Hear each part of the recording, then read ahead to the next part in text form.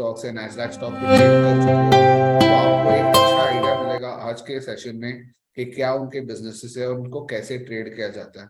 And अगर आप लोग ने नहीं ट्रेड किया है तो मैं आपको बता सकता हूँ कि नैस्डैक और उसके स्टॉक में ट्रेड करना एक्चुअली काफी बेनिफिशियल है एंड काफी अच्छे रिटर्न्स और अच्छी मूवमेंट मिलती है। ठीक है, तो अगर पहले सेशन शुरू करने के पहले अगर किसी ने नैस्डैक ट्रेड किया है या नहीं किया है तो अपना एक चैट बॉक्स पे मैसेज करके बता दो कि आपने ट्रेड किया है कि नहीं, तो मुझे आइडिया आ जाएगा कितने लोग ने ट्रेड किया है। हाय जिग्नेश जी, हाय सागर जी। ओके, तो दो लोग ने मुझे बताया नहीं किया है, और किसी ने ट्रेड किया है नहीं किया है? विपुल जी ने भी बताया नहीं किया है। ठीक है, जिसने ट्रेड किया है कोई भी, टेस्ला हो एप्पल हो कोई भी इनमें से स्टॉक्स हो, आपने कभी ट्रेड किया है इसमें? और किसी को मैं एक 30 सेकंड और देता हूँ, अगर और किसी को कुछ लिखना है तो लिख सकते हैं, फिर हम सेशन शुरू करेंगे। यस, US 100 है साजिद जी, US 100। नैस्डैक 100 बोलता है बट अपने MT5 में जब हम ट्रेड करते हैं तो US 100 बोलते हैं।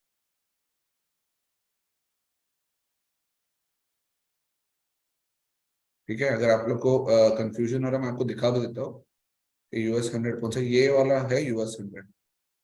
अगर आप देखोगे ये है US 100। ओके, जो US 30 में किया था। ओके, विपुल जी ने ओके US 30 में किया। ठीक है, तो US 100 और मतलब या आपको यूएस में 3 इंडाइसेस मिलते हैं मेनली ट्रेड करने, तो US 100 है, फिर US 30 है एंड S&P 500 है। ठीक है, तो बहुत लोग ने मैंने देखा है US 30 में ट्रेड किया है, और मैं आज आपको वही समझाऊंगा कि US 100 में ट्रेड करना एक्चुअली और बेनिफिशियल है, एंड अगर आप देखोगे उसमें अपॉर्चुनिटी भी बहुत मिलती है। ठीक है, तो ठीक है, मेरे को रिस्पॉन्सेस तो मिल गए।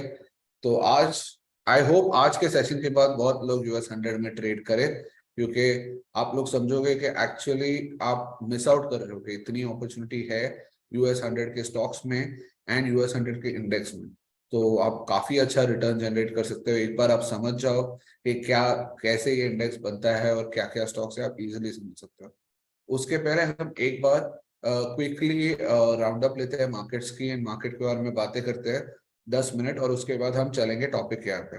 तो सारे पार्टिसिपेंट्स को बोल दूंगा मैं अभी, एक बार मैं सब एक्सप्लेन कर देता हूँ, तो अगर क्योंकि मेरे को बहुत बार आते हैं कि गोल्ड के क्वेश्चंस बाद में भी आते हैं, तो मैं एक बार सब आपको एक्सप्लेन कर दूंगा। वीडियो की रिकॉर्डिंग अवेलेबल है, तो अगर आपका मिस आउट हो गया तो आप हमेशा रिकॉर्डिंग ले सकते हो टीम से और वापस देख सकते हो। ठीक है, तो पहले हम चलते हैं गोल्ड की तरफ, जो सबका फेवरेट ही है।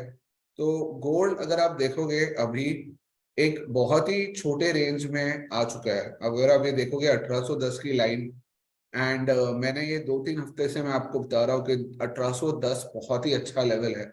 एंड अगर आपने वो लेवल पे कभी भी बाइंग की होगी, अपार्ट फ्रॉम ये एक टाइम जहाँ पे 1808-7 तक चला गया था, वरना हमेशा आपका कुछ ना कुछ पैसा बना होगा। ठीक है, एंड जब एक लाइन ऐसी जब एक प्राइस एक लाइन के आसपास रहती है बहुत टाइम के लिए, तो उधर आप समझ सकते हो कितना डिमांड है, एंड उधर हमेशा बायर्स रेडी है 1810 में खरीदने, एंड एक टाइम के बाद वो प्राइस फिर ऊपर चली जाएगी। ठीक है, अब हमारा इशू ये है कि कल और परसों जो ट्यूसडे और वेडनेसडे को कांग्रेस के सामने जेरोम पॉल को टेस्टिफाई करना था।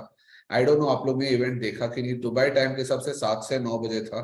ठीक है, एंड जनरली ये इवेंट उतना इंपॉर्टेंट होता नहीं है, पर अब लास्ट 2 दिन में स्पेशली अगर आप देखोगे ट्यूसडे को मार्केट रात को बहुत वॉलेटाइल था, क्योंकि पहले बार ऐसा हुआ कि जेरोम पोवेल ने ऐसे ऐसे चीजें कही जो उसने आज तक नहीं कही थी। एक दो सबसे बड़े टेक अवेज मेरे ये है, एक उसने कहा कि अगर जरूरत पड़ेगी तो हम और बड़े रेट हाइक्स ला सकते हैं। अभी तक मार्च 22 तारीख के जो FOMC मीटिंग है, जो प्रोबेबिलिटी होती है कि कितने बिप्स का हाइक आएगा, अभी तक 25 बिप्स था, एंड वो 25 बिप्स की प्रोबेबिलिटी काफी अच्छी थी। 50 बिप्स की प्रोबेबिलिटी कुछ 12-13% थी। ट्यूसडे को जब उसने ये स्टेटमेंट दिया तब उसकी प्रोबेबिलिटी होगी 46%। ओके, मतलब आप सोचो 50 बिप्स भी मार्च 22 को आ सकती है। अगर आप देखोगे कल नॉन ADP की अनएम्प्लॉयमेंट डेटा आई थी, नॉन फार्म तो कल आएगी, एडीपी का कल आया था जो अगेन बुलिश था, जॉब ओपनिंग्स आई वो भी बुलिश था। मतलब एक बात समझ जाओ, अभी 2 और डेटा पॉइंट है अगले 5 दिन में। आपके पास नॉन फार्म डेटा है जो है कल, एंड आपके पास सीपीआई है जो अगले ट्यूसडे है। ये 2 डेटा अगर अबाव एक्सपेक्टेशन आता है तो आप पकड़ के चलो, मार्केट ये फैक्टर कर देगी कि 50 बिप्स 100% आने वाले हैं मार्च 22 को। ठीक है, तो अगर आप एक ट्रेडर हो, मैं आपको एक चीज समझाता हूँ कि मार्च 22 का एक्शन मार्च 14-15 तक पूरा हो जाएगा। तो अगर कल नॉन फार्म पॉजिटिव आता है अबाव एक्सपेक्टेशन, मतलब ज्यादा जॉब्स क्रिएट हुए हैं, एंड अगर सीपीआई अबाव एक्सपेक्टेशन आता है मतलब इन्फ्लेशन और ऊपर आती है, ये दोनों डेटा आने पे मार्केट 22 तारीख के 50 बिप्स का पूरा फैक्टर इन कर देगा, एंड 14 से लेके 22 तारीख तक एक ट्रेंड बन जाएगी। ठीक है, मतलब आप समझो कि अगर अबाव एक्सपेक्टेशंस आती है तो डॉलर स्ट्रांग हो जाएगा, गोल्ड सिल्वर वीक हो जाएंगे, एंड सारे रिस्क एसेट्स वीक हो जाएंगे अगर ये सीपीआई और नॉन फार्म पॉजिटिव आता है तो। एंड फिर आपको 22 तारीख को जब वो एफओएमसी होगा, तब अगर वो मार्केट काफी गिर चुका है तो रिवर्सल भी आ सकता है। तो बहुत सारे ट्रेडर्स ऐसे हैं जो रिवर्सल्स पे भी खेलते हैं ऐसे टाइम पे, इवेंट के पहले अगर पूरा एक्शन हो जाता है तो इवेंट पे रिवर्सल्स भी अच्छे आते हैं। ठीक है, तो आपको वो ध्यान रखना है आपके ट्रेडिंग में। ठीक है, अगर आप गोल्ड खरीदना चाहते हो, जैसे 1810 बहुत ही इंपॉर्टेंट लेवल है, 1810 पे बाइंग कर सकते हो। 1806 के नीचे, 1806 1805 भी आप पकड़ सकते हो, उस लेवल के नीचे उसका स्टॉप लॉस ला के बाइंग करना। क्योंकि मैं ये बता रहा हूँ कि अगर डेटा अबाव एक्सपेक्टेशन आता है अगले 4 दिन में सॉरी, एंड अगर डॉलर स्ट्रांग हो जाता है सीधा 106 की तरफ, तो आप क्लियरली आपको गोल्ड वीक होगा और गोल्ड आपका आ जाएगा 1780-85 के रेंज में। तो अगर आप देखोगे हम काफी टाइम से ये 1780-85 रेंज आए नहीं है, पर ये जो रेंज है आपको दिख रहा है यहाँ पे, ये रेंज आपका आ जाएगा। तो अगर आप देखो यहाँ पे, ये एक टाइम पे रेजिस्टेंस था आपका, ये मैं टाइम देता हूँ कौन सा था ये टाइम। तो अगर आप देखोगे यहाँ पे, यहाँ पे हाँ यहाँ नवंबर के आसपास ये रेजिस्टेंस था 1785 का, एंड ब्रेकआउट के बाद वन साइड ऊपर मूव आपको मिला गोल्ड में यहाँ से पूरा। तो 1785 अभी आपका सपोर्ट हो जाएगा। तो अगर आप गोल्ड में सेल करना चाहते हो, अगर आपकी सेलिंग की स्ट्रेटजी है, अगर आपको लगता है डेटा अबाव एक्सपेक्टेशन आएगा, तो आप आराम से 1820-22 के आसपास बेचना। ठीक है, 1820-22 के पोजीशन में बेचोगे तो आपको रिस्क रिवॉर्ड अच्छा है आपका, एंड 1830 का स्टॉप लॉस रख देना अगर आप सेल कर रहे हो, क्योंकि 1830 के ऊपर बुलिश हो सकता है। अभी रेंज अभी भी गोल्ड का 1810 से 1850 के बीच है, एंड इसके बियॉन्ड अगर कोई ब्रेकआउट होता है या ब्रेकडाउन होता है तो फिर मूव चेंज हो जाएगी। पर अगर आप समझ लो डेटा अगर पॉजिटिव आया इन टर्म्स ऑफ, मतलब डॉलर पॉजिटिव आया, तो आप 1785 टू 1810 रेंज बन जाएगा और 1810 रेजिस्टेंस बन जाएगी। एंड अगर on the other hand data below expectation है या इनलाइन है, तो आपको दूसरा इफेक्ट ये मिलेगा कि आपका जो गोल्ड है 1850 के तरफ बढ़ सकता है इजीली। ठीक है, तो ये आपके रेंजेस है, इसमें आप समझना कि आप कैसे ट्रेड कर सकते हो, कैसे पोजीशन बना सकते हो। इसलिए जब भी अभी एकदम बीच में है, अभी 1816-17 रेंज के एकदम बीच में है, तो अभी no trade kind of zone पे है। तो अगर 1810 और 1822-23 के आसपास आया तो आप बाय या सेल का एक्शन ले सकते हो। सिल्वर में सेम रेंज है कि 20 से लेके 20-40। अगर आप देखो silver almost one way down गया हुआ है, आप डे चार्ट देखोगे तो आप समझोगे कि ये ट्रेड, ये मैंने आपको बताया भी था एक बार, ये जो रेंज में था ये रेक्टेंगल टूटा, उसके बाद वन वे नीचे आया है। एंड अगर आप लॉन्ग टर्म ट्रेडर हो, अगर आप बड़े मूव्स खेलना चाहते हो ना, तो ये ऐसे चार्ट्स में ऐसे चीजें बनाओगे ना, आपको बहुत फायदा होगा। ठीक है, तो आप वो टेक्निक धीरे धीरे एक बार आप सीख जाओगे तो आप ऐसे बना सकते हो, एंड फिर आप ट्रेड ले सकते हो उसके हिसाब से। ठीक है, तो अभी अगर आप देखोगे मेरे हिसाब से 20-40 अच्छा रेजिस्टेंस है सिल्वर पे, एंड अगला बड़ा टारगेट तो सीधा आपका 18 की तरफ है। एंड जिस तरह सिल्वर गिर रहा है, जल्दी गिर रहा है गोल्ड से, तो मेरे हिसाब से आप अगर आपको लॉन्ग ट्रेड लेना है तो लॉन्ग ट्रेड में संभाल के रहना, स्टॉप लॉसेस टाइट रखना, $20 के आसपास का स्टॉप लॉस रखना, क्योंकि 20 के नीचे आपको अच्छी खासी सेलिंग दिख सकती है।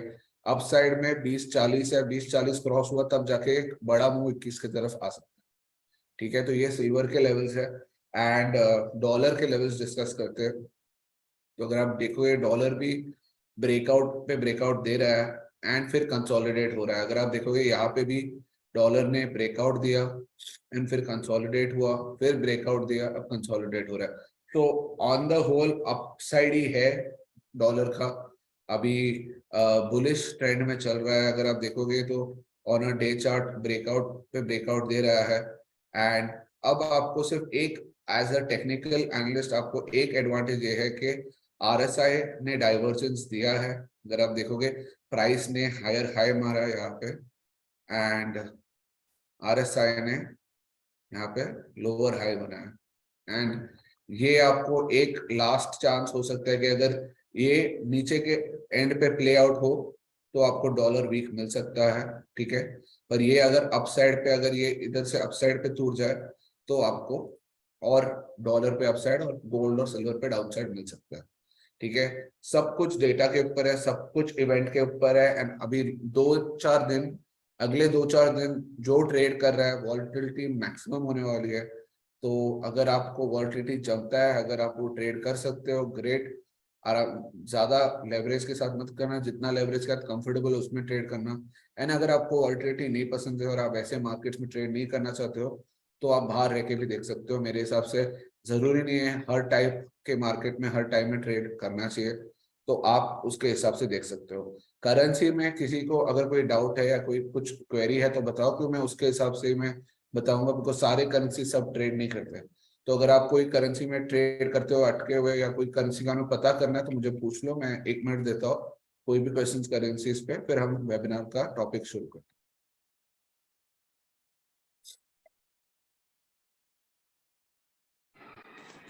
सर गोल्ड के अंदर 1820 से सेलिंग करना है और और 1830 से बाइंग करना है।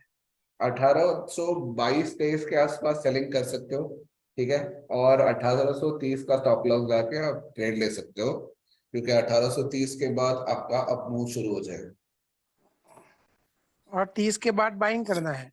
30 के बाद, हाँ 30 देखो, अगर आप शॉर्ट कर रहे हो, अगर आपको बाइंग, देखो हम हमेशा बाइंग सपोर्ट रेजिस्टेंस पे करते हैं। तो अगर आपको बाइंग करनी है तो आप 1810 के लेवल्स पे बाइंग कर सकते हो। अगर आपको सेलिंग करनी है तो आप उसके हिसाब से 1822 पे सेलिंग कर सकते हो, 30 का स्टॉप लॉस लगा के। 30 के बाद ब्रेकआउट होता है तो फिर आप फिर नया ट्रेड बनाना, वो मार्केट जब होगा तब आप ले सकते हो, अभी नहीं ले सकते हो trade. Thank you sir. Yes, तो नीचे डाउन में कितना जा सकता है? 500 से नीचे जा सकता है 75। इसके आवाज आपकी थोड़ी क्लियर नहीं है सर, आप वापस एक 75 बार के नीचे दोहराओ। जा सकता है। गोल्ड 75 के नीचे जा सकता है। 75, 1775 बोल रहे हूँ। 75। नहीं, 1785 अच्छा सपोर्ट है सर उसके। उधर एक बार तो आपको सपोर्ट मिलेगा और फिर आपका शायद नीचे की तरफ आ सकता है, बट अगला सपोर्ट उसके बाद 1750 है। 75 नहीं, 85 और 50 दो अच्छे सपोर्ट। ओके। ठीक है, और जीबीपी यूएसडी का किसी ने मुझे पूछा है, तो जीबीपी यूएसडी अगर आप देखोगे वापस सपोर्ट से एक बार वापस ऊपर आया है। अगर आप ये देखोगे ये 1815 का जो सपोर्ट है ये काफी अच्छा सपोर्ट था। इसने फॉल्स ब्रेकडाउन दिया था बट अब उसके ऊपर वापस आ चुका है। ठीक है, एंड अगर आपको अपसाइड के हिसाब से देखना है तो आपको ये 1921 का लेवल ऊपर तोड़ा तो ही अपसाइड आएगा। ठीक है, डाउन साइड पे अगर आप देखोगे आपको ये लेवल्स जो 1.165 का लेवल भी पॉसिबल है अगर यूएसडी स्ट्रॉन्ग होता गया तो। ठीक है, और कोई करेंसीज पे? ओके, यूरो यूएसडी का दो जने पूछा है। तो यूरो यूएसडी में ऑन अ लॉन्ग टर्म मैं आपको बता दूं, आपको 1.04 बहुत ही अच्छा सपोर्ट है। ठीक है, थोड़े लॉन्ग टर्म के हिसाब से तो ये जो अपने लेवल है 1.0437 ये बहुत ही अच्छा सपोर्ट है। वहां आ गया तो आपको बाइंग का अच्छा चांस मिलेगा। एंड अगर आपको रेजिस्टेंस के हिसाब से देखना है तो आप बोल सकते हो ये आपका 1.07 वाला लेवल है जो अभी अच्छा रेजिस्टेंस बन चुका है। तो 1.07 के ऊपर बाइंग कर सकते हो। एंड 1.04 अगर आपको सेलिंग करना है तो 1.04 की तरफ आपका टारगेट होना चाहिए। और कोई करेंसी इस पे कोई भी सवाल? काफी लोग जेपीवाई ट्रेड कर रहे थे 1-2 हफ्ते पहले, तो कैसा चल रहा है वो ट्रेड? अगर उस पे कोई सवाल है तो वो भी बता सकते हो।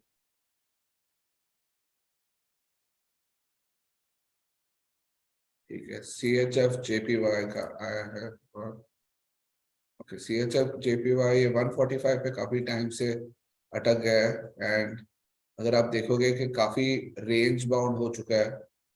ठीक है, तो अगर आपको सेल करना है तो आप ये 143.9 लेवल के हिसाब से सेलिंग कर सकते हो CHF JPY में, एंड अबाउ 146.05 लेवल ही बाइंग करना, उसके पहले मत करना। ठीक है, but overall chart is bearish है, तो अगर आपको चाहिए तो आप सेलिंग कर सकते हो और ये पहला टारगेट रख सकते हो। एंड अगर आप देखोगे JPY ओवरऑल स्ट्रेंथन हो रहा है लास्ट 2-3 दिन से, तो उसकी ट्रेंड देखना बहुत जरूरी है। एंड JPY लास्ट 2-3 दिन से स्ट्रेंथन हो रहा है, तो चांसेस है कि वो थोड़ा अच्छे लेवल पे आ सकता है USD JPY। तो USD JPY भी फाइनली एक वन साइड मूव देने के बाद थोड़ा सा लग रहा है वीक है। तो अब देखोगे यहाँ पे भी ये ऑलमोस्ट यही लेवल्स पे चल रहा है, एंड अगर आप देखोगे 137.5 के आसपास काफी सेलिंग आ रही है। तो अगर आप सेलिंग करना चाहते हो तो ये आपका टारगेट है 134.75, इधर आप ये टारगेट रख के कर सकते हो, और स्टॉप लॉस पे 137.3 के आसपास रख सकते हो। ओवरऑल JPY लास्ट 2-3 दिन से स्ट्रॉन्ग लग रहा है, तो अगर आप JPY में ट्रेड ले रहे हो तो स्ट्रॉन्ग की तरफ लेना बेटर है। ठीक है, और कोई क्वेरीज और कोई करेंसीज पे? कोई इंडाइसिस पे आपको कोई क्वेरी है? कोई इंडाइस के बारे में आपको पता करना है? US ऑयल, ठीक है, US ऑयल। सो US ऑयल भी एक है कि इट इज एकदम बीच में है, अटका अभी 76 लेवल। अगर आपको बाइंग करना है तो आप रुको, ये 72-73 लेवल के आसपास की बाइंग है, एंड सेलिंग करना है तो ये 80-81 का लेवल है। अभी एकदम रेंज के बीच में है, तो मैं अगेन वही सेम कहूंगा कि नो ट्रेड जोन में है। अगर आप अटके हो कोई पोजीशन में तो 81 और 73 आपके लेवल्स है, तो अगर आपको आप सेलिंग कर रहे हो तो 73 पे आप काट सकते हो, एंड अगर बाइंग कर रहे हो तो 81 के लिए रुक सकते हो। अगेन जो अगले 4 दिन डेटा आएगा सारे इंस्ट्रूमेंट्स को इम्पैक्ट करने वाला है, तो आप अपने ट्रेड संभाल के लेना। एंड कोई भी इसमें अगर आपको अगर लगता है कि ज्यादा लेवरेज हो तो लेवरेज कम कर देना, क्योंकि इवेंट के बाद भी ट्रेड्स ले सकते हो। ठीक है, आई थिंक क्वेरीज यहाँ खत्म होते हैं। थैंक यू सो मच आपके क्वेश्चंस के लिए। अब हम वेबिनार के टॉपिक की तरफ चलते हैं। ठीक है, तो नैस्डैक है क्या? तो नैस्डैक एक एक्सचेंज है। यूएस में बहुत सारे एक्सचेंजेस है, जिसमें आपके पास S&P है, आपके पास डाउ जोन्स है, वैसे ही नैस्डैक भी एक इंडेक्स है। एंड नैस्डैक को लोग बोलते हैं टेक इंडेक्स, क्योंकि उसमें सबसे ज्यादा वेटेज टेक स्टॉक्स की होती है, एंड टेक स्टॉक्स की ट्रेडिंग भी सबसे ज्यादा होती है। अब मैं आपको बताता हूँ, नैस्डैक में जनरली अगर आप ट्रेड करोगे तो आपको डिविडेंड यील्ड कम मिलता है, क्योंकि टेक कंपनीज ग्रोथ ओरिएंटेड होते हैं, एंड ग्रोथ ओरिएंटेड कंपनीज में या इंडेक्सेस में कभी डिविडेंड ज्यादा नहीं मिलेगा आपको। डाउ जोन्स और S&P डिविडेंड यील्ड 1.7 से 2.5 देती है। तो जो लोग पैसिव फंड्स होते हैं वो जनरली S&P और डाउ जोन्स में ज्यादा इन्वेस्ट करते हैं, क्योंकि रिस्क कम है एंड डिविडेंड अच्छी मिलती है। यहाँ पे लोग जो नैस्डैक में इन्वेस्ट करते हैं वो ग्रोथ के हिसाब से इन्वेस्ट करते हैं, एंड जिसको लगता है 10-15-20% ईयरली रिटर्न जो चाहते हैं, उनके लिए Nasdaq as a index and Nasdaq के स्टॉक्स बहुत ही अच्छे पड़ते हैं। एंड एक और चीज ये है कि नैस्डैक में आपको हर ऑलमोस्ट एवरी स्टॉक में हर 2-3 साल में आपको 50 से 80% का मूव मिल जाता है, एंड ये आपको कोई भी और इंडेक्स में नहीं मिलता है, ट्रस्ट मी। तो ये निफ्टी में भी नहीं मिलेगा आपको, कोई भी इंडेक्स में नहीं मिलेगा। तो इसीलिए मैं हमेशा बोलता हूँ Nasdaq index wise one of the most lucrative index है, एंड उसमें बहुत कमाई हो सकती है। ठीक है, मूवमेंट भी बहुत अच्छा है, वॉल्यूम भी अच्छा है। तो टॉप 10 कंपनीज देखते हैं हम नैस्डैक के कौन से। तो पहला आता है एप्पल। जैसे सबको पता है एप्पल आज दुनिया का सबसे लार्जेस्ट कंपनी है। फिर माइक्रोसॉफ्ट है, Amazon है, एनवीडिया है, टेस्ला है, गूगल है जो अल्फाबेट बोलता है, मेटा है जो फेसबुक है, ब्रॉडकॉम है और पेप्सी है। तो और इनकी वेटेज भी मैंने आपको बताया, अगर आपको फोटो लेना है ले लो, बिकॉज वेटेज जानना एक इंडेक्स में बहुत जरूरी है। क्यों? क्योंकि अगर कल आपका एप्पल मूव होता है तो आपका पूरा नैस्डैक मूव होगा, ठीक है। अगर टेस्ला मूव होता है तो नैस्डैक उतना मूव नहीं होगा। लोग बहुत गलती करते हैं हमेशा के, लोग देखते हैं टेस्ला 10% ऊपर है तो नैस्डैक भी बहुत ऊपर होगा। ऐसा जरूरी नहीं है, क्योंकि उसकी एक्चुअल वेटेज से 4% है, ठीक है। तो आप वेटेज के हिसाब से अगर आप देखोगे तो एप्पल और माइक्रोसॉफ्ट दो सबसे बड़े स्टॉक है जो आपको ट्रैक करना है जब आप नैस्डैक के साथ ट्रेड करते हैं, ठीक है। तो ये टॉप 10 है और आज हम इसके टॉप 5 कंपनीज के बारे में थोड़ा सा जानेंगे, थोड़ा सा उनका बिजनेसेस समझेंगे, ताकि कल अगर आप ट्रेड लोगे इसमें तो आपको पता होगा कि बिजनेस क्या है और क्या क्या फैक्टर्स ट्रैक करने हैं समझने के लिए कि कैसे फंडामेंटल्स मूव होते हैं और कैसे टेक्निकल्स भी मूव होते हैं, ठीक है। उसके पहले मैं आपको एक टेक्निकल्स का एक आइडिया देता हूँ नैस्डैक के बारे में, ताकि आप लोग क्लियर हो जाओ कि नैस्डैक ट्रेड कितना ट्रेड कर सकते हो और कैसी अपॉर्चुनिटीज आती है।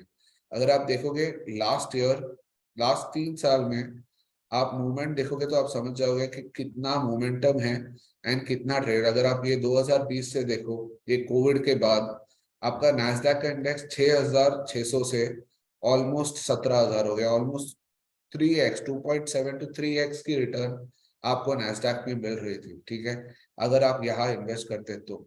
बट ये आपको बता रहे हैं कि इतना ज्यादा इंडेक्स पे इतना रिटर्न जनरली कोई इंडेक्स में नहीं मिलता, ठीक है। तो हमेशा वो याद रखना कि ये एज ए इंडेक्स मेरा फेवरेट इंडेक्स है ट्रेड करना, क्योंकि इसमें अपॉर्चुनिटीज उतने सारे, ठीक है। उसके बाद भी अगर आप देखो 17,000 से वन साइड आपको नीचे मुंह मिला 11,000, ऑलमोस्ट 10,000 तक भी आ चुका था, एंड वैसे ही 10,000 से अभी 12,000 आ चुका है। तो इसमें वो एडवांटेज है कि मूवमेंट बहुत है एंड ट्रेड करना उतना डिफिकल्ट नहीं है। अगर आप देखोगे लास्ट 6 महीने में तो आप देखोगे यहाँ पे मैंने एक अच्छा चैनल बनाया था एंड ये चैनल में अच्छी मूवमेंट हुई, जैसे ही ब्रेकआउट हुआ अच्छा नीचे के डाउन साइड में आपको मिल गया। तो ऐसे बहुत मूवमेंट्स आपको मिलेंगे नैस्डैक पे एंड ऐसे मूवमेंट्स आपको जनरली इंडाइसेस में उतने नहीं मिलते हैं, ठीक है। अभी भी अगर आप नैस्डैक में ट्रेड करना चाहते हो, मैं एडवाइस करूंगा कि 10,600 से 10,500 का जो रेंज है उसमें बाइंग करो, क्योंकि वो बहुत ही अच्छा डिमांड जोन है। एंड मैं आपको दिखा भी सकता हूँ कि यहाँ पे देखो, यहाँ पे एक बार जब ये लेवल आया वहां से आपको मिली 23% का रिटर्न मिला वहां से। फिर अगर यहाँ पे आप देखोगे वापस तो इस बार आपको 6% मिला एंड यहाँ से अगर आप देखोगे आपको मिला 11%, एंड इधर से ये पॉइंट से आपको मिला ऑलमोस्ट 18%। एंड जो लास्ट जो रैली आई इसमें इसमें आपको सॉरी ये जो लेटेस्ट रैली आई उसमें आपको मिला रिटर्न ऑफ ऑलमोस्ट 22-23%। एंड ये जो मैं आपको चार्ट बता रहा हूँ ये सिर्फ जून से लेकर ऑलमोस्ट 7-8 महीने में आपको 10-15 बार ऐसे अपॉर्चुनिटीज मिले हैं, ठीक है, 10 से 15% रिटर्न का। तो आप समझो कि जो इंडेक्स आपको हर महीने ऑलमोस्ट हर 2 महीने में 10-12% कमाने का चांस देती है, ऐसी इंडेक्स मिलती नहीं है आपको इजिली। एंड इसलिए मैं हमेशा कहता हूँ कि ऐसे इंडेक्सेस ट्रेड करने से एज अ ट्रेडर आपको अपॉर्चुनिटी ये नहीं देना चाहिए, आइडियली यूज करना चाहिए और ट्रेड करना चाहिए और इसके स्टॉक्स में भी ट्रेड करना चाहिए, ठीक है। तो एप्पल आपको सबको पता है टेक बिजनेस में है, माइक्रोसॉफ्ट सॉफ्टवेयर कंपनी है, अमेजोन एक ई कॉमर्स कंपनी है, एंड एनवीडिया आपका सेमीकंडक्टर एंड इक्विपमेंट वाली कंपनी है, टेस्ला गाड़ी इलेक्ट्रिक व्हीकल की कंपनी है, ठीक है। तो हम थोड़ा बहुत इनके बिजनेसेस के बारे में आज समझेंगे। तो एप्पल का आपको पता है मार्केट कैप 2.39 ट्रिलियन है। जो आप समझो एप्पल का जो मार्केट कैप है वो बहुत देशों की जीडीपी जितना बड़ा है, ठीक है। कुछ साल पहले इंडिया की जीडीपी 2.5 ट्रिलियन थी, तो आप समझो एप्पल कितनी बड़ी कंपनी है, ठीक है। 2.39 ट्रिलियन डॉलर्स की मार्केट कैप है, P/24 है। तो टेक कंपनीज की जनरली प्राइस टू अर्निंग्स 20 से 30 के बीच में रहती है एंड 20 से 30 के हिसाब से वो वैल्यूएशन उतनी एक्सपेंसिव नहीं है। प्राइस टू बुक बहुत महंगा है एंड इनका अगर आप फंडामेंटल में प्राइस टू बुक देखोगे ना तो प्राइस टू बुक हमेशा महंगा लगेगा, क्योंकि ये लोग क्या करते हैं, ये लोग बायबैक्स करते हैं। तो क्या होता है, सपोज आप एक साल में $100 प्रॉफिट कमाते हो एंड वो $100 में से आप $80 यूज करते हो अपने शेयर्स वापस खरीदने, तो आपके टोटल शेयर्स बढ़ जाते हैं, बट आपका जो एक्चुअल कैश है वो निकल जाता है उसमें, ठीक है। तो ओवरऑल इक्विटी उतनी रहती है, तो इसलिए आपकी प्राइस टू बुक बहुत महंगी लगती है, ठीक है। फिर अगर आप देखोगे एप्पल के बिजनेस, तो एप्पल आप सबको पता है आईफोन बनाता है, आईपैड बनाता है, एप्पल वॉच बनाता है, एयरपॉड्स, इतने सारे प्रोडक्ट्स है। उसके साथ जो एप्पल स्टोर है उसके सारे सर्विसेज जो प्रोवाइड करते हैं उसका भी रेवेन्यू आता है। और ओवरऑल वो अपने थर्ड पार्टी यूज करके पूरी ग्लोबल प्रेजेंस रखता है। आज ऐसे कोई देश नहीं मेरे हिसाब से जहाँ एप्पल प्रोडक्ट्स नहीं बिकते हैं, एंड उसकी आउटरीच बहुत ही अच्छी है, ठीक है। अब हम पता करते हैं क्या मूव करता है एप्पल के स्टॉक को। तो एक है कि ये सारे सेल्स, तो आईफोन के सेल्स, मेन आईफोन का सेल्स है, आईफोन का सेल्स कितना अच्छा है उसके हिसाब से स्टॉक काफी रिएक्ट करता है। इसलिए अगर आप देखोगे एवरी सितंबर जब आईफोन की लॉन्च होती है, तब आईफोन का जो नंबर्स आता है वो बहुत इंपॉर्टेंट होता है स्टॉक के लिए, स्टॉक की काफी हैवी मूवमेंट होती है। तो आपको वो समझना है कि कैसा आईफोन का सेल्स चल रहा है, एंड बाकी प्रोडक्ट्स का भी कैसा है। इनकी प्रोडक्शन यूएस में भी है, चाइना में भी है, मेनली चाइना में है। इसलिए चाइना में जो हो रहा है प्रोडक्शन रिलेटेड कोई इशू है तो वो भी समझना जरूरी है। चिप सप्लाई जो लास्ट 2-3 साल चिप्स की बहुत शॉर्टेज थी, वो समझना जरूरी है कि वो शॉर्टेज थी इसलिए इनके स्टॉक को भी इम्पैक्ट आया था, ठीक है। प्राइस वेरिएशन, अगर बाकी प्रोडक्ट्स बाकी कॉम्पिटिटर्स की प्राइसेस कैसे मूव हो रही है वो भी पता करना जरूरी है। और बाईबैक्स, बिकॉज सारे बड़े टेक कंपनीज बाईबैक्स करते हैं, तो बाईबैक्स कब करते हैं, कौन सी प्राइस पे करते हैं, वो भी ट्रैक करना जरूरी है। तो अगर आप एप्पल के चार्ट को देखोगे तो आपको आइडिया आ जाएगा कि एप्पल एज सच एक स्टॉक, ऐसी स्टॉक है जो अगर आप ऑल टाइम चार्ट देखोगे तो देखो, अगर 2002 में 20 पैसे पे अवेलेबल था स्टॉक, सोचो एप्पल 20 पैसे पे अवेलेबल था, आज वो सेम 20 पैसा $150 हो चुका है, ठीक है। एंड वो लेवल की वैल्यू मिलती है ऐसे स्टॉक्स खरीदने के लिए। एंड एक चीज आप समझोगे कि जब आप यूएस में नैस्डैक के स्टॉक्स खरीदते हो आपको ग्लोबल एक्सपोजर मिल रहा है, जो आपको बहुत रेयरली मिलता है, ठीक है। तो ग्लोबल एक्सपोजर काफी बड़ी चीज है। तो मैं आपको पहले ट्रेंड लाइन दिखाता हूँ, ये ट्रेंड लाइन और ये प्राइस से इधर तक है। एंड अगर आप देखोगे अभी ये ट्रेंड लाइन से ब्रेक डाउन हुआ था, अभी वापस आने की कोशिश कर रहा है इसके अंदर। पर एप्पल अगर 130 का प्राइस तोड़ देता है तो अच्छा खासा डाउन साइड आ सकता है एप्पल में, ठीक है। तो आपको उसके लिए रेडी रहना है कि अगर आप ट्रेड करना चाहते हो तो 130 के नीचे शॉर्ट कर सकते हो। एंड अगर 155, अगर 155 क्रॉस होता है यहाँ पे तो आप बाइंग कर सकते हो, ठीक है। ये दोनों लेवल्स याद रखना, 155 और 130, ठीक है। एंड एप्पल का एक और चीज बता दो, अगर आप ट्रेड करोगे तो एप्पल स्टॉक बहुत स्लोली मूव होती है, आपको दिन में 1-2% मैक्स या इससे बड़ी मूव नहीं मिलती है। एंड अगर एप्पल 3-4% मूव हुआ है मतलब आप समझ जाओ नैस्डैक 4-5% अप या डाउन होगा डिपेंडिंग ऑन द डायरेक्शन। तो एप्पल स्टॉक स्लो है, मूवमेंट भी स्लो है। अगर आप देखोगे यहाँ पे भी ज्यादा मूवमेंट, लास्ट 6 महीने में मूवमेंट बहुत ही साइडवेज रहा है। एंड ये 180 बहुत बड़ा रेजिस्टेंस है स्टॉक के लिए, तो उधर से वापस नीचे आ चुका है। तो मूवमेंट स्लो है पर वेल्थ बनाने का अच्छा चांस है एंड बहुत ट्रेड्स मिलता है। तो 130 और 155 लेवल याद, ठीक है। अगला हम जाएंगे माइक्रोसॉफ्ट की तरफ। तो माइक्रोसॉफ्ट की मार्केट कैप ऑलमोस्ट सिमिलर है एप्पल के, और 1.89 ट्रिलियन है, पीई भी सिमिलर रेंज है, प्राइस टू बुक और सस्ती है। पर ये इसलिए इतनी सस्ती है कंपेयर टू एप्पल क्योंकि एप्पल का जो ग्रोथ रेट है वो मच हायर है माइक्रोसॉफ्ट से, इसलिए एप्पल वैसा मूवमेंट देता है और वैसी प्राइसिंग देता है, ठीक है। तो माइक्रोसॉफ्ट के बिजनेसेस का आपको काफी आइडिया रहेगा। विंडोज जो हम ऑपरेटिंग सिस्टम यूज करते हैं वो माइक्रोसॉफ्ट का ही है। एंड उसको छोड़ के एक्सबॉक्स जो गेमिंग का one of the best devices है वो भी उनका है। माइक्रोसॉफ्ट टीम्स उनका है, ऑफिस जो पावर पॉइंट एक्सेल सब यूज करते हैं वो भी उनका है, स्काइप उनका है, एंड लिंक्डइन भी उन्होंने खरीदा है। तो ओवरऑल माइक्रोसॉफ्ट के पास बहुत ही अच्छे बिजनेसेस है, बहुत ही अच्छा बुके ऑफ बिजनेसेस है उनके पास। एंड अगर आपको उसको ट्रैक करना है तो आप देख सकते हो कि विंडोज का सेल्स कैसा हो रहा है, गेमिंग डिविजन कैसा चल रहा है, सॉफ्टवेयर अगर कोई नए आ रहा है, ठीक है। अभी अगर आप लोग ने चैट जीपीटी के बारे में सुना होगा, जो एआई के दुनिया में, आर्टिफिशियल इंटेलिजेंस के दुनिया में बहुत ही नया एक आइडिया है, जहाँ पे आप गूगल का कंप्यूटर फाइनली कोई आ चुका है। तो ये चैट जीपीटी ऐसी चीज है जहाँ पे आप क्वेश्चन पूछ सकते हो और वो आपको जवाब देगा और आपको डिटेल जवाब देगा। तो अगर लोग अभी चैट जीपीटी से कॉलेज के स्टूडेंट्स, स्कूल के स्टूडेंट्स अपनी जो एग्जाम के लिए तैयारी है वो उसके थ्रू कर रहे हैं। तो अगर आपको चाहिए कोई ऐसे लिखे, आप टॉपिक डाल दो, वो पूरा ऐसे लिख के दे देगा आपको। तो ये है एआई, एंड इसमें माइक्रोसॉफ्ट का बहुत बड़ा अभी कंट्रीब्यूशन है, एंड उन्होंने काफी इन्वेस्ट भी किया है उसके लिए। तो ये सॉफ्टवेयर कैसे डेवलप होगा हम देखेंगे आगे जाके। पर ऐसे ऐसे जो ट्रिगर्स है, इससे स्टॉक्स बहुत मूव होते हैं, तो ये आपको ध्यान में रखना पड़ेगा।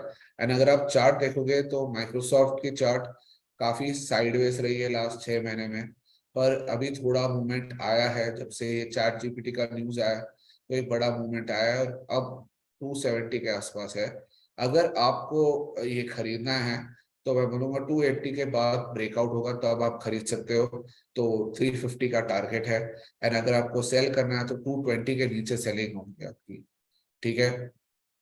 तीसरा हम देखते हैं अमेजोन को। अमेजोन तो सबको पता है, हम श्योर सब यूज किए होंगे कभी ना कभी। एक ग्लोबल कंपनी है, एंड ये यूएस से शुरू के आज पूरी दुनिया में अच्छा खासा प्रेजेंस है। मार्केट कैप जस्ट 1 ट्रिलियन के नीचे है।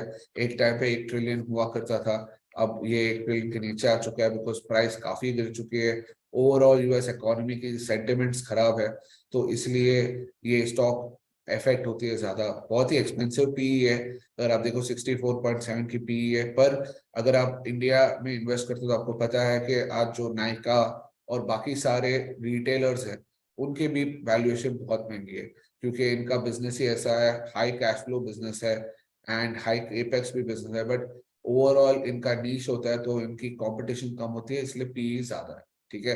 प्राइस टू बुक भी रीजनेबल है क्योंकि काफी गिर चुका है। Amazon के बिजनेसेस के बारे में थोड़ा समझते हैं कि ये मेन उसका ई कॉमर्स का बिजनेस है। इसको इसके अलावा वो डिवाइसेस जैसे Kindle, fire tablets, fire TVs भी सेल करता है। एंड इसकी जो Amazon प्राइम सर्विसेज है जिसके लिए हर महीना सब्सक्रिप्शन लेता है, वो इसकी one of the most running businesses है। एंड उसका हर साल का प्रोजेक्शन कितना है वो जानना बहुत जरूरी है। तो Amazon को क्या मूव करता है, तो आपको growth in e commerce and retail sales, US की टोटल रिटेल सेल्स की जो नंबर आती है वो भी काफी इम्पैक्ट करता है, बाईबैक्स इम्पैक्ट करता है, एंड प्राइम मेंबरशिप इम्पैक्ट करता है। अगर आप देखोगे अभी स्टॉक आपको $100 के नीचे मिल रहा है। ये एक टाइम पे $200 था, अब आपको $100 के आसपास मिल रहा है। तो अगर आपको बाइंग करनी है तो आपको ब्रेकआउट के लिए रुकना पड़ेगा अबाउट 115, एंड अगर सेलिंग कर रही है तो 83 के नीचे सेलिंग कर सकते हो। ठीक है। अगेन बहुत ही बड़ी कंपनी है, अब काफी सस्ते प्राइस में भी मिल रही है। पर अभी मार्केट ऐसा है कि प्राइसिंग थोड़ी और कम हो सकती है, तो आप रुक सकते हो बेटर लेवल्स के लिए अगर आता है तो। फिर चौथा हम देखते हैं एनवीडिया के बारे में। एनवीडिया अगर आप देखोगे एआई में बहुत ही बड़ा नाम है, और अगर आप देखो लास्ट 1 महीने में स्टॉक मोर देन डबल हो गया। ठीक है। ऑलमोस्ट लास्ट 6 महीने में, सॉरी। तो अगर आप देखो अक्टूबर के टाइम $100 के आसपास था, एंड अभी $240 के आसपास है। ठीक है। अब मैं यही मूवमेंट्स के बारे में बात करता हूँ कि ऐसे मूवमेंट्स आपको इतने लार्ज कैप कंपनीज में आपको सिर्फ नैस्डैक पे मिलते हैं। ठीक है। एंड आप अगर आप समझोगे बिजनेस को और ये बिजनेसेस को तो आप ये फायदा उठा सकते हो इसका। ठीक है। एनवीडिया, अगर आप गेमिंग में हो, आपने गेमिंग के दुनिया में कभी कुछ किया है तो आप समझ सकते हो सारे प्रोसेसर्स के चिप्स और प्रोसेसर्स इटसेल्फ एनवीडिया बनाता है। एंड गेमिंग में बहुत बड़ा नाम है इसका, एंड एआई में भी इसका नाम काफी आ रहा है, तो पोटेंशियल बहुत अच्छा है।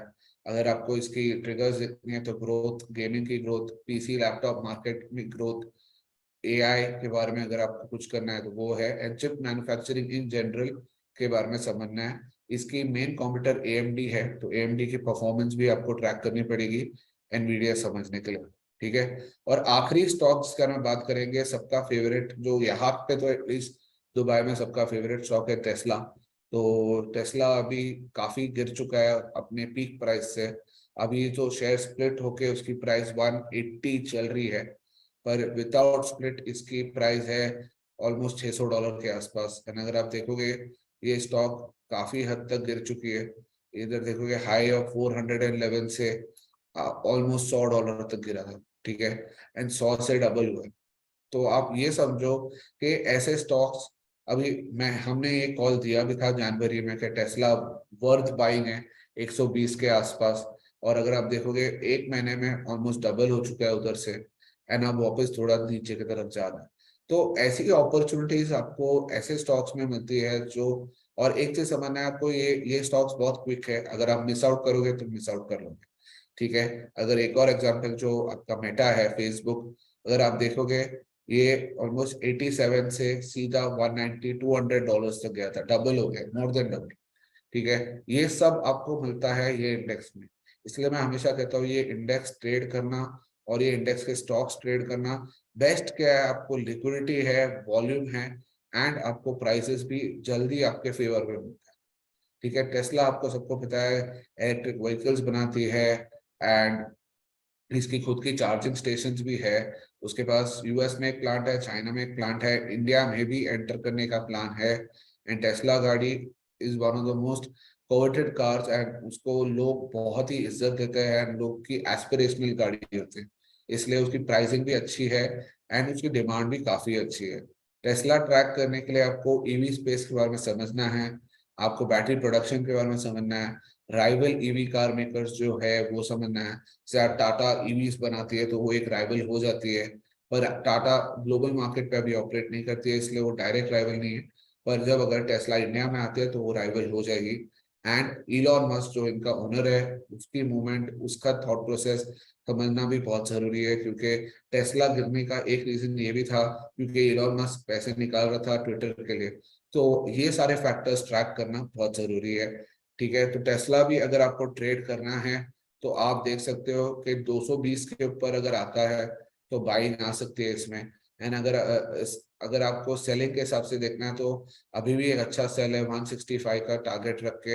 एंड अगर आपको इन्वेस्टिंग के हिसाब से बाय करना है तो 100-120 का लेवल जो है बहुत ही अच्छा लेवल है, वापस एक बार अगर बाइंग करना है तो। ठीक है, तो आज मुझे ये बताना था क्योंकि मैंने बहुत लोग को देखा है कि लोग नैस्डैक नहीं ट्रेड करते या स्टॉक्स नहीं ट्रेड करते हैं। मैं आपको आज बताना चाहता था कितना वैल्यू है इसमें। अगर आपको कोई भी क्वेश्चंस है इसके बारे में तो आप पूछ सकते हो मुझे, कि मैं बहुत खुश होऊंगा अगर कोई ये ट्रेड करता है और पैसे कमाता है, क्योंकि ये एक ऐसा अपॉर्चुनिटी है जो सब मिस आउट कर रहे हैं। ठीक है, तो अगर कोई भी क्वेश्चंस है इन कंपनीज के बारे में या कैसे इनमें टेक्निकली या फंडामेंटली देखना है तो आप मुझे पूछ सकते हो।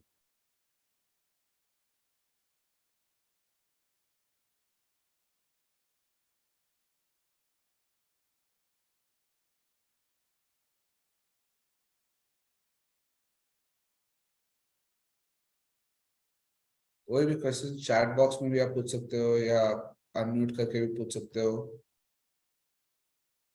मैं नहीं है तो फिर हम कॉल एंड करेंगे, 1 मिनट तक मैं रुकता हूँ।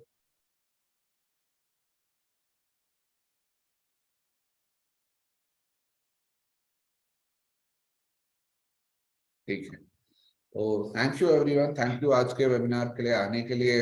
आज टॉपिक थोड़ा हटके था क्योंकि मैं चाहता था कि आप लोग को एक एक्सपोजर मिले इसके लिए। तो अगले हफ्ते हम वापस और कोई टॉपिक लेके आएंगे एंड बाकी टेक्निकल्स के बारे में बात करेंगे। ठीक है, thank you everyone, thank you for attending, see you next week.